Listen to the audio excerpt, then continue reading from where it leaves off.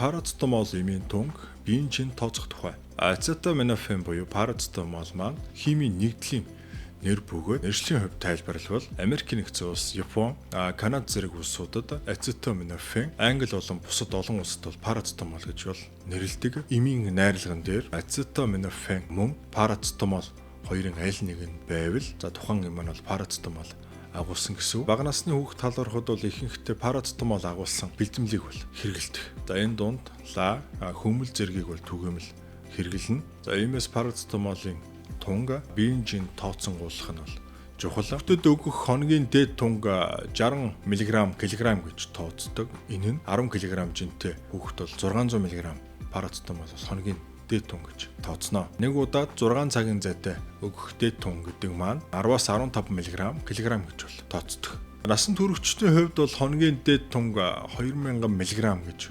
тооцсон байдаг. Хэмжээ ихтэрч 150 мг кг болсон тохиолдолд элэг хортох эрсдэлтэй гэж бол үздэг.